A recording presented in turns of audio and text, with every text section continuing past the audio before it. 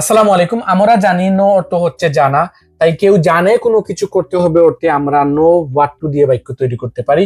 যেমন আমরা যদি বলতে চাই সে জানে কি বলতে হবে, তারা জানে কি কিনতে হবে, রহিম জানে কি প্রশ্ন করতে হবে, আমরা জানি কি জবাব দিতে হবে। এরকম বাক্য যেগুলো দ্বারা বোঝাচ্ছে কেউ জানে কি করতে হবে, এরকম বাক্য তৈরি করার সময় আমরা নো হোয়াট টু দিয়ে বাক্য তৈরি করতে পারি।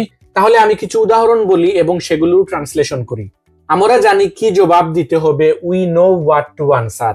রাহাত জানে কি খেতে হবে, রাহাত নোজ হোয়াট টু ইট।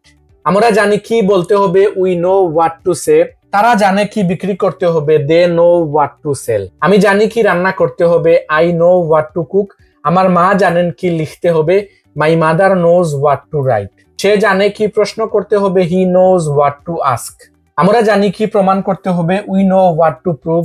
সে জানে কি খেতে হবে, he knows what to eat. এবং কেউ জানে না কি করতে হবে অর্থে আমরা বাক্যকে নেগেটিভ করে ফেলবো। আমরা সাহায্যকারী ভার্বের পর একটি নোট নিয়ে আসবো। তাই আমরা যদি বলতে চাই সে জানে না কি খেতে হবে, আমরা জানি না কি বলতে হবে, তারা জানে না কি প্রশ্ন করতে হবে, সে জানে না কি ব্যাখ্যা করতে হবে, আমরা জানি না কি খেতে হবে, রাহাত জানে না কি কিনতে হবে। এইরকম বাক্যগুলোকে তৈরি করার সময় আমরা ডোন্ট নো অথবা ডাজেন্ট নো হবে এবং তারপর হোয়াট টু হবে। তাহলে আমি কিছু বাক্য বলি এবং সেগুলো ট্রান্সলেশন করি। আমি জানি না কি বলতে হবে, I don't know what to say. সে জানে না কি খেতে হবে, he doesn't know what to ইট।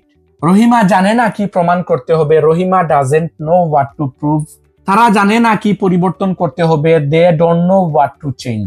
রাহাত জানে না কি গাইতে হবে, Rahat doesn't know what to sing. তো এই উভয় ধরনের বাক্য হচ্ছে প্রেজেন্ট ইনডিফিনিটের অন্তর্ভুক্ত।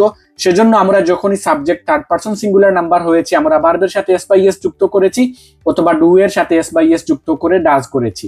এবং এই ভিডিওতে আমরা শিখলাম কেউ জানে কি করতে হবে অর্থে আমরা নো হোয়াট টু দিয়ে বাক্য তৈরি করি এবং জানে না অর্থে আমরা ডোন্ট নো অথবা ডাজেন্ট নো এর পরে হোয়াট টু ব্যবহার করি। তো আমি স্ক্রিনে কয়েকটি বাক্য দিয়ে যাব, আপনারা সেগুলো ট্রান্সলেশন করে কমেন্ট সেকশনে দিয়ে যান যেন এগুলো আপনাদের প্র্যাকটিস হয়ে যায়। Thanks for watching, see you in the next video.